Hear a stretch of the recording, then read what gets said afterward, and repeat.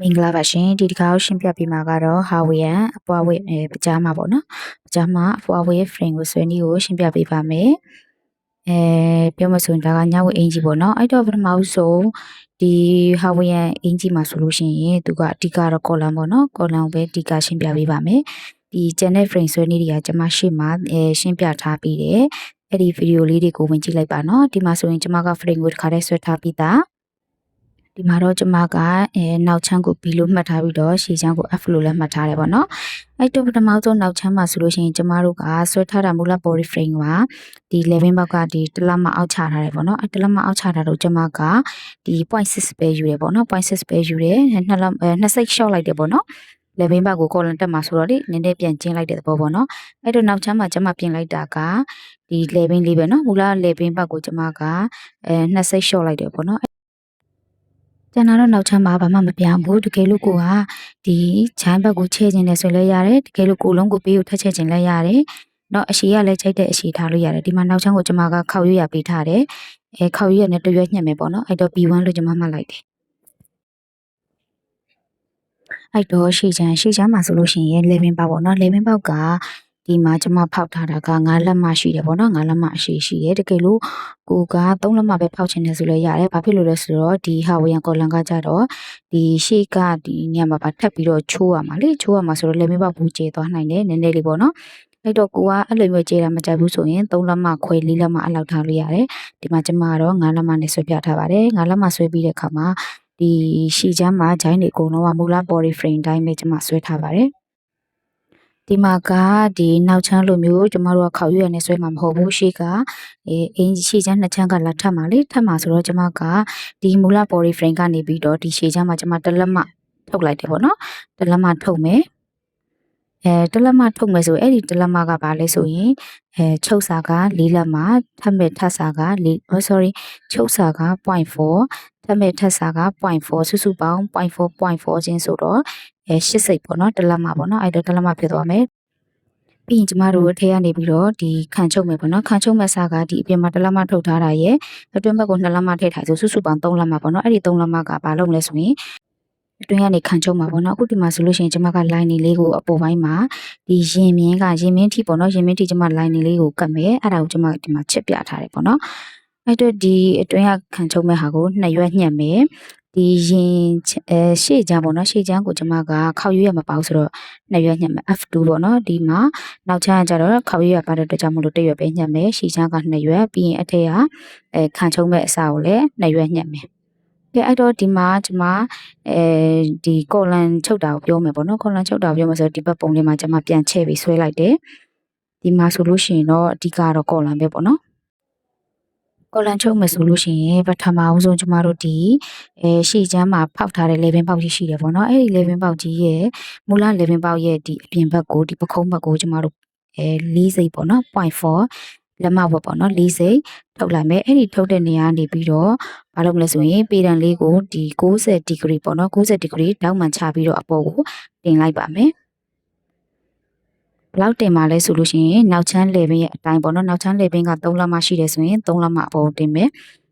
3လက်မနဲ့2စိတ်ရှိတယ်4စိတ်ရှိတယ်ဆိုလဲအဲ့ဒီအတိုင်းပဲတင်မယ်ဒါဆိုကျမက 0.4 ထုတ်ထားတဲ့နေရာနေပြီးတော့အပေါ်90 degree ထောင်ပြီးတော့နောက်ချမ်းလေပင်ပေါက်ရဲ့အတိုင်းတိုင်းကျမတင်လိုက်တယ်တင်ပြီးတဲ့ခါမှာအဲ့ဒါကိုပေါင်ပိတ်လိုက်ပြန်ပေါ့နော်ပေါင်ပိတ်ပြီးသွားတဲ့ခါမှာအဲ့ဒီပေါင်ပိတ်ထားတဲ့မြင်းကိုကျမတို့ဒါလည်း90 degree ပဲအဲ့တော့ဒီဘက်ကိုဘယ်လောက်ထုတ်မလဲဆိုရင် 0.4 ပဲထုတ်ပါမယ် 0.4 တနည်းအားဖြင့်လက်မဝက်ပေါ့နော်လက်မရဲ့တစ်ဝက်ကိုပြောတာပေါ့နော်အဲ့တော့ဆက်လိုက်မယ်ဆက်ပြီးသွားတဲ့ခါကျလို့ရှိရင်အဲ့ဒီဆက်လိုက်တဲ့မြင်းလေးရဲ့အလေတစ်ဝက်ကိုမှတ်ပြီးတော့အတွင်းဘက်ကိုတစ်စိတ်ပေါ့နော်အဲ့ဒီတစ်စိတ်လေးကို white လိုက်မယ်အဲ့ဒီ white တဲ့မြင်းလေးရဲ့တစ်စိတ် white ထားတဲ့မြင်းလေးကိုကျမတို့ကဒီချစ်လိုက်တယ်မသုံးပေါ့နော်အဲ့ဒီဆောင်းလေးဖြစ်သွားတဲ့မြင်းကိုစောရလိုပဲကျမတို့ပေရန်နဲ့ပြန်ထောင်မယ်ပေါ့နော်ဘယ်လိုထောင်မလဲဆိုရင်အဲ့လိုပဲ90 degree ဖြစ်အောင်ထောင်မယ်ဒီမှာဆိုမြင်းကနည်းနည်းဆောင်းသွားပြီပေါ့နော်အခုဒီချလိုက်တဲ့မြင်းအဲ့တော့90 degree ထောင်မယ်90 degree မှတ်နေအောင်ထောင်ပါနော်အဲ့ဒီမှတ်နေအောင်ထောင်တဲ့မြင်းကဘယ်လောက်လဲဆိုရင်ဒီမှာတော့ကျမယူထားတာက2လက်မခွဲပေါ့နော်2လက်မနဲ့4စိတ်2လက်မခွဲဆိုတာက4စိတ်ပေါ့4စိတ်အဆုံးတာပေါ့နော်2လက်မနဲ့4စိတ်ကိုကတကယ်လို့ကိုလန်ကိုသေးတာကြိုက်တယ်ဆိုရင်2လက်မပဲယူလို့ရတယ်ဒါမှမဟုတ်နည်းနည်းပိုကြီးတာကြိုက်တယ်ဆိုရင်လည်း3လက်မယူလို့ရတယ်ဒါကတော့မိမိရဲ့ စိတ်ကြိုက်ပေါ့နော်အဲ့ဒီမှာတော့အတိအကျကျမတို့ပြောလို့မရဘူးဒီမှာကျမယူထားတာက2လက်မနဲ့4စိတ်2လက်မနဲ့4စိတ်ယူပြီးပြီဆိုရင်ပေတံလေးကိုသူ့လိုမျိုးသူထောင်ထားတဲ့အတိုင်းပဲကျမတို့အလျာဘယ်လိုပြောမလဲအလိုက်တင်လေးပေါ့နော်အလိုက်တင်လေး2လက်မနဲ့4စိတ်ကိုနေရာလေးချသွားမယ်ပေါ့နော်အဲ့ဒီမှာအရာလေးချသွားတာကဒီအပေါ်ပိုင်းလေးပဲပေါ့နော်ဒီအပေါ်ပိုင်းလေးကိုပဲအရာလေးချသွားမယ်အောက်ပိုင်းကကြတော့ဘယ်လိုလာအောင်မသိသေးဘူးအောက်ပိုင်းကဝက်ရအောင်မှာဆိုတော့ကျမတို့အဆုံးထိချလို့မရဘူးဒီအပေါ်ပိုင်းလေးကိုပဲသူ2လက်မနဲ့4စိတ်အတိုင်းလေးကိုတေချာလေးတိုင်းပြီးတော့အရာပေးလိုက်မှာပေါ့နော်ကဲအဲ့တော့ဒီ11အောက်နာကနေကျမတို့ထပ်ပြီးတော့ဝိုက်မယ်လေပင်ရဲ့ဒီရှေ့ရင်စီနေရပေါ့နော်အဲ့နေရာကနေပြီးတော့ဆော့ဆော့ကျမတို့တလက်မထုတ်ထားတယ်လေအဲ့ဒီထဲကိုကျမတို့က2စိတ်လောက်အပြင်ထုတ်လိုက်တယ်တလက်မအပြည့်ထုတ်ထားတဲ့နေရာကိုကျမတို့တလက်မအပြည့်မယူဘဲနဲ့ဒီ2စိတ်လေးကိုထုတ်လိုက်တယ်ပေါ့နော်အဲ့ဒီ2စိတ်ထုတ်ထားတဲ့နေရာလေးကိုအမှတ်မှတ်မယ်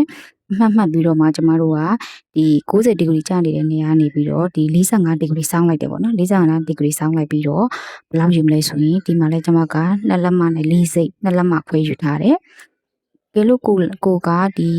ီရှေ့မှာချထားတဲ့ကောလန်အဖက်ကိုနည်းနည်းကြီးတာကြိုက်တယ်ဆိုရင်3လက်မထိယူလို့ရတယ်လှအောင်ယူလို့ရတယ်ကြိုက်တယ်လို့ယူလို့ရကျမဒီမှာ2လက်မခွဲပဲယူထားတယ်အဲ့ဒါကိုဆက်ပေးလိုက်တယ်ဆက်ပြီးတဲ့အခါမှာကြည့်ကောင်းဝိုက်ပါမယ်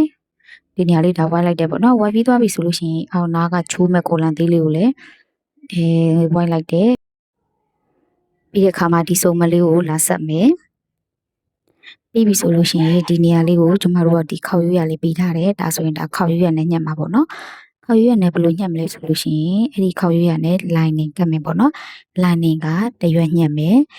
lining တရွက်ညှက်မယ်ပြီးတဲ့အခါမှာကိုလန်ပိတ်စာပေါ့နော်ပိတ်စာကိုဘယ်နှရွက်ညှက်မလဲဆိုရင်2ရွက်ညှက်ပါမယ်ရှေ့တစ်ချမ်းနောက်တစ်ချမ်းပေါ့နော်သူကနှစ်ဖက်ကတ်ညှက်မှာကတ်ပြီးချုပ်မှာဆိုတော့လေပိတ်စာ2ရွက် lining စကူက1ရွက်ချုပ်ပါမယ်အဲ့ဒီမှာပိတ်စာဆိုလို့ရှိရင် lining ကတော့သူ့အတိုင်းပဲညှက်လို့ရပါမယ်ပိတ်စာကိုညှက်တဲ့အခါမှာဆိုရင်ချုပ်စာလေးထည့်ပြီးတော့ညှက်ပေးရပါမယ်ချုပ်စာ4စိတ်ဆိုရင်ဘေးကနေပတ်လေး4စိတ်ဖြည့်ပြီးညှက်ပေးရမယ်ပေါ့နော်ပြီးသွားပြီဆိုတော့ကျမတို့ဒီမှာကော်လန်လေးကိုချိုးမယ်ကော်လန်ဘယ်လိုချိုးမလဲဆိုရင်အဲ့နာမှာတလက်မလောက်ချိုးလို့ရတယ်ပေါ့နော်တလက်မလောက်ချိုးလို့ရတယ်ကိုကြိုက်တယ်လို့ချိုးပေါ့နော်တလက်မလောက်ချိုးပြီးတော့ဒီအောက်ခြေနားလေးမှာလည်းဒီကော်လန်ဆက်လေးပေါ့နော်အဲ့လေးပါပတ်ပြီးချိုးလိုက်ပါမယ်ဒါဆိုရင်ကော်လန်လေးကပုံပေါ်သွားပြီတကယ်လို့ကော်လန်လေးခါတိတ်ပြီးပုံမကျသေးဘူးအဝိုက်လေးလိုချင်သေးတယ်ဆိုလည်းဒီဘက်မှာကိုကြိုက်တယ်လို့ပြင်လို့ရတယ်ဒါဆိုလို့ရှိရင်တော့ဒီဟာဝီယန်အင်ဂျီခြေစမ်းနောက်ချမ်းဒီကော်လန်ကိုကျွန်မထည့်ပြီးတော့ဆွဲပြသွားတာပါနော်အဲ့ဒီမှာအိတ်ခတ်တက်ခါကြလို့ရှိရင်ဒီရင်မြင်းပေါ့နော်ရင်မြင်းနဲ့ရင်ကျမြင်းရဲ့ကြားထဲမှာကိုကြိုက်တဲ့အတိုင်းဒါအခြေလေးယူပြီးတော့အိတ်ခတ်လေးကိုတက်ပါမယ်ဒါဆိုလို့ရှိရင်ဒါဟာဝေရရဲ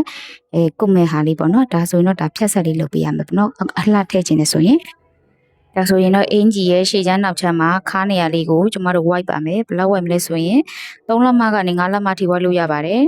်တကယ်လို့ကိုကမဝိုက်ချင်ဘူးအဖြောင်းချုပ်မယ်ဆိုလည်းရတယ်ဒီမှာတော့ကျွန်မက3လက်မဝိုက်ထားတယ်ပေါ့နော်တကယ်လို့ကိုက5လက်မလောက်ထိယူချင်တယ်ဆိုလည်းယူလို့ရပါတယ်လက်ကိုတော့ကျွန်မမဆွဲပြတော့ဘူးပေါ့နော်ဘာလို့လဲဆိုတော့ရှေ့မှာကျွန်မ body frame ဆွဲပြတော့ကလက်ပတ်တန်လေးရောကျွန်မသီးသန့်တင်ပေးထားတယ်အဲ့ဒီလက်ပတ်တန်လေးကိုပဲတစ်ချက်ကြည့်ပြီးတော့ဆွဲလိုက်ပါနော်ဒီမှာလက်ကိုဆိုရင်ပို့ပြီးတော့ကြာတော့မှဆိုလို့ပါလွယ်ပါတယ်ပထမဦးဆုံးရှေ့ချမ်းကိုညှပ်ပါမယ်ဒါကတော့ဒီ F2 လို့ပေးထားတယ်ပေါ့နော်ဒါဆိုတော့ခေါက်ရွက်ရမပါဘူးခေါက်ရွက်မပါတဲ့အတွက်ကြောင့်မို့လို့2ရွက်ညှပ်ပေးရပါမယ်ရှေ့ချမ်း2ချမ်း2ရွက်ညှပ်ပေးရပါမယ်ဒါကတော့ဒါညှပ်ပြီးသွားတဲ့ပုံပါပြီးတဲ့အခါမှာအင်ဂျီရဲ့နောက်ချမ်းကိုညှပ်ပါမယ်နောက်ချမ်းကဒီမှာ B1 လို့ရေးထားတယ်ပေါ့နော် B သူကခေါက်ရွက်ပါတဲ့အတွက်ကြောင့်မို့လို့1ရွက်ပဲညှပ်ပေးပါမယ်ဒီဘက်မှာခေါက်ရွက်ရတယ်ပေါ့နော်ဒါဆိုရင်ဒါညှပ်ပြီးသွားပါပြီပြီးတဲ့အခါမှာအတွင်းဘက်ကိုကူပေးမယ်ခေါ်စားပေါ့နော်ဒါအောင်ညှက်ပြီးတဲ့အခါမှာပထမဆုံးကျမတို့အဲ့ပုံမှာ lining ကတ်မယ်လို့ပြောထားတာလေအဲ့တော့အဲ့နေရာလေးကိုကျမတို့ lining လေး2ရွက်ညှက်ပေးပါမယ် lining 2ရွက်ညှက်ပြီးတော့တိုင်းပြီးတော့ညှက်ထားမယ်ပေါ့နော်ပြီးတော့တဲ့အခါမှာဒီအတွင်းကော့စာကို3လောက်မှယူထားတယ်ပေါ့နော်အဲ့ဒါကိုကျမတို့ညှက်ပါမယ်ညှက်ပြီးတဲ့အခါမှာ lining နဲ့တွဲပြီးတော့မီးဘူးလေးတိုက်မယ်ပေါ့နော်မီးဘူးတိုက်တဲ့အခါမှာမီးဘူးကိုပုတ်ပြီးမတိုက်ပဲနဲ့အပေါ်ကနေပြီးတော့အတသားလေးကတ်သွားပြီးပေးပါမယ်ပြီးတဲ့အခါမှာကောလန်ကိုညှက်ပါမယ်ကောလန်ကို lining ကတ်မှာဆိုတော့ lining ကိုခေါက်ရွက်ရလေးပြီးပြီးတော့တွဲရွက်ညှက်ပါမယ်ဒါက lining ကတ်မှာမလို့တော့lining ညှက်ပြီးသွားတဲ့အခါမှာကျမတို့ပိတ်စာညှက်မယ်ပေါ့နော်ဒီကောလန်ပိတ်စာကဒီမှာချုပ်စာလေးကိုထည့်ပြီးတော့ညှက်ပေးရပါမယ်အဲ့တော့ဒီသူက2ချမ်းကိုညှက်ပိုးပြီးတော့ချုပ်မှာဆိုတော့2ရွက်ပေါ့နော်ခေါက်ရွက်ရနဲ့2ရွက် ဒီကိုလန်ကိုညှပ်ပေးပါမယ်ပြီးသွားပြီဆိုလို့ရှိရင်တော့ကျမတို့လက်ပတ်တောင်ညှပ်ပါမယ်လက်ပတ်တောင်ကိုညှပ်ပြီးသွားတဲ့အခါမှာဒီမတို့ဒီရှေ့ချမ်းနောက်ချမ်းကိုတည်တာအောင်လို့အမှတ်သားလေးနဲ့မှတ်ပေးလိုက်ပါမယ်ကဲပြီးသွားပြီဆိုလို့ရှိရင်တော့ဒါကတော့ကော်လန်လေးကိုကျမတို့ line နဲ့ကတ်ထားတာပေါ့နော် line နဲ့ကတ်ထားတဲ့အောက်ရှင်မှာကျမကတ်ကြီးတောက်ရလေးပေးထားတယ်တစ်ဖက်ကိုလှမ်းပြီးတော့ဇာလေးနဲ့ကုတ်ပါမယ်ဒီ line နဲ့ပချမ်းမဟုတ်ဘဲနဲ့ဒီအလှဘက်ပေါ့နော်အလှဘက်ကိုကျမတို့ကဇာလေးနဲ့တခြားလေးကုတ်မယ်ကုတ်တဲ့ခါမှာလေးစိတ်ချုပ်စာလေးစိတ်ရှိတယ်ပေါ့နော်ရှိတဲ့နေရာမှာကျမဇာလေးရတအားသေးတဲ့ခါကျတော့ချုပ်စာတော့အရန်ကပ်ပြီးမချုပ်ဘူးပေါ့နော်အရန်ကပ်ချုပ်တဲ့ခါမှာဆိုလို့ရှိရင်ဇာအလှကိုတအားပိတ်ပြီးချုပ်တယ်ဖြစ်မှာဆိုလို့ချုပ်စာနဲ့နည်းနည်းလေးခွာပြီးချုပ်တယ်ပြီးသွားပြီဆိုလို့ရှိရင်နောက်ထပ်ဒီကိုလန်ရဲ့နောက်ထပ်တစ်လွှာပေါ့နော်အဲ့တစ်လွှာအလှပချမ်းပေါ့နော်အလှပချမ်းကိုပဲနည်းနည်းချင်းဆိုင်ပိုးပြီးတော့ချုပ်ပါမယ်မလှတဲ့အဘက်ကိုပုံမှန်တင်မယ်ပေါ့နော်ဒါကတော့ချုပ်စာလေးစိတ်ကိုပိုးပြီးတော့ဒီမှာတို့ဒါချုပ်နေပြီပေါ့နော်ပြီးသွားပြီဆိုလို့ရှိရင်ဒါတစ်စိမ့်လောက်ပဲခြံပြီးတော့အကုန်လုံးညှက်ထုတ်ပါမယ်ညှက်ထုတ်ပြီးတော့မှအတက်ပြန်လှမ်းမယ်ပေါ့နော်အတက်ပြန်လှမ်းပြီးသွားတဲ့အခါကျလို့ရှိရင်အဲ့ဒီလှမ်းထားတဲ့အတက်နေရာလေးကိုတေချာလေးချိုးရိုးရလေးအနာသက်လှအောင်ပေါ့နော်အဲ့နေရာကိုတစ်ချောင်းထပ်ဖိပေးပါမယ်အဲ့ဒီမှာကျမတို့ lining ပေါ့လေကော်လန်မှာကျမကတစ်ချမ်းနဲ့ကတ်ထားတယ်ပေါ့နော်တကယ်လို့ကော်လန်စနှစ်စလုံးမှာပေါ့နော်ဖူးချုပ်တဲ့နှစ်စလုံးမှာ lining ကိုကတ်မယ်ဆိုလည်းရတယ်ပေါ့နော်ကျမကတော့တစ်ချမ်းနဲ့မှာပဲကတ်ထားတာပေါ့နော်ကဲဒါဆိုလို့ရှိရင်တော့ဒါကော်လန်လေးကိုခြာချုပ်ပြီးသွားပြီပေါ့နော်ကော်လန်လေးခြာချုပ်ပြီးသွားပြီ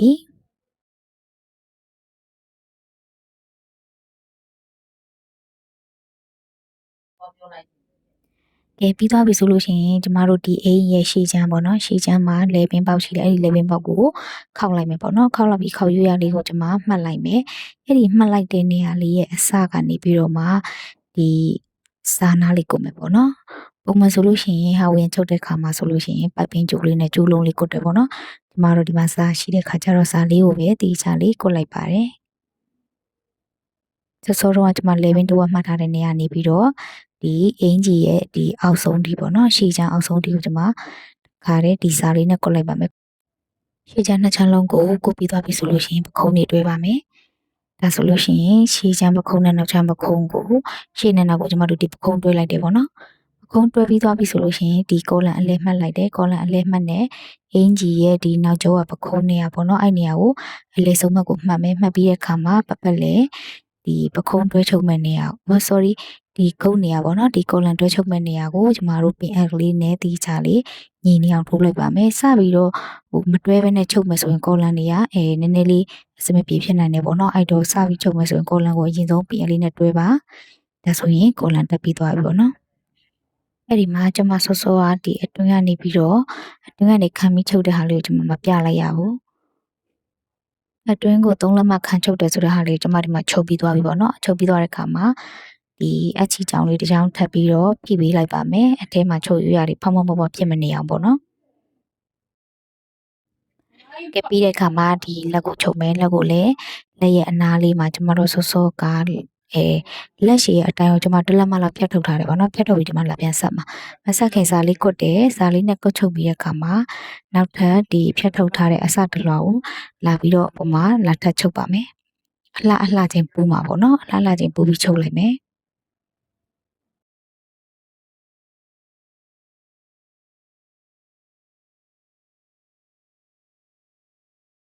ချုပ်ပြီးသွားပြီချုပ်ပြီးသွားပြီဆိုလို့ရှိရင်လေဒီအနားကိုဒါလက်ရဲ့အနားလုံးဝပြီးသွားပြီပေါ့နော်အဲ့အနားကိုကျမတို့တခါတည်းအနားလုံးလိုက်တော့မယ်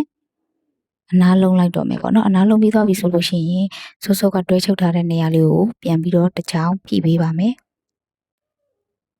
ဒါဆိုရင်တော့ဒါလက်အလှလေးရသွားပါပြီရသွားပြီဆိုတော့ဒီလက်နဲ့ချိုင်းကိုကျမတို့တွဲချုပ်ပါမယ်တွဲချုပ်တဲ့အခါမှာပခုံးချုပ်တယ်လို့ပါပဲဒီလက်နဲ့ချိုင်းကိုမချုပ်ခင်မှာပင်အလေးတွေတွဲထားတာအကောင်းဆုံးပေါ့နော်ဒါဆိုရင်ကျမတို့ချိန်ညှိလို့ရသွားတာပေါ့နော်တခါတလေမှာချိုင်းကအစမပြေဖြစ်တာမျိုးလေးရှိတတ်တယ်ပေါ့နော်အဲ့တော့ပင်အလေးတွဲပြီးချုပ်တာအကောင်းဆုံးပါဒါဆိုရင်ဒါကျမတို့ချိုင်းတွဲပြီးသွားပြီပေါ့နော်ချိုင်းနဲ့လက်ကိုတွဲပြီးသွားပြီပြီးပြီဆိုရင်ဘေးနှစ်ဖက်ကိုကျမတို့ဒါဓာတ်ဆက်စားပြီးတော့ဘေးနှစ်ဖက်ချုပ်ချောင်းကိုတစ်ခါတည်းတွဲချုပ်လိုက်ပါတော့မယ် နောက်ဆုံးအနေနဲ့အိတ်ခက်လေးတက်မယ်အိတ်ခက်လေးကိုတော့ဒီမှာပုံမှာပြထားသလိုပဲကျွန်မချိုတင်ပြီးတော့ခောက်ပြီးတော့မီးဘူးလေးတိုက်ထားလိုက်တယ်ပေါ့နော်ကဲဒါဆိုအိတ်ခက်လေးပုံကျသွားပြီဆိုတော့ကိုတက်မဲ့နေရာမှာကျွန်မတို့ပင်အလေးနဲ့တီချာတွဲထားလိုက်ပါမယ်ပင်လေးနဲ့တွဲပြီးတော့မှတီချာလေးချုပ်ပြီးလိုက်ပါမယ်ဒါဆိုရင်တော့ဟာဝရဲ့အိမ်တစ်ထည်ကပြီးသွားပြီပေါ့နော်ဗီဒီယိုလေးကိုဆုံးထိကြည့်ရှုပြီးတဲ့အတွက်လည်းကျေးဇူးတင်ပါတယ်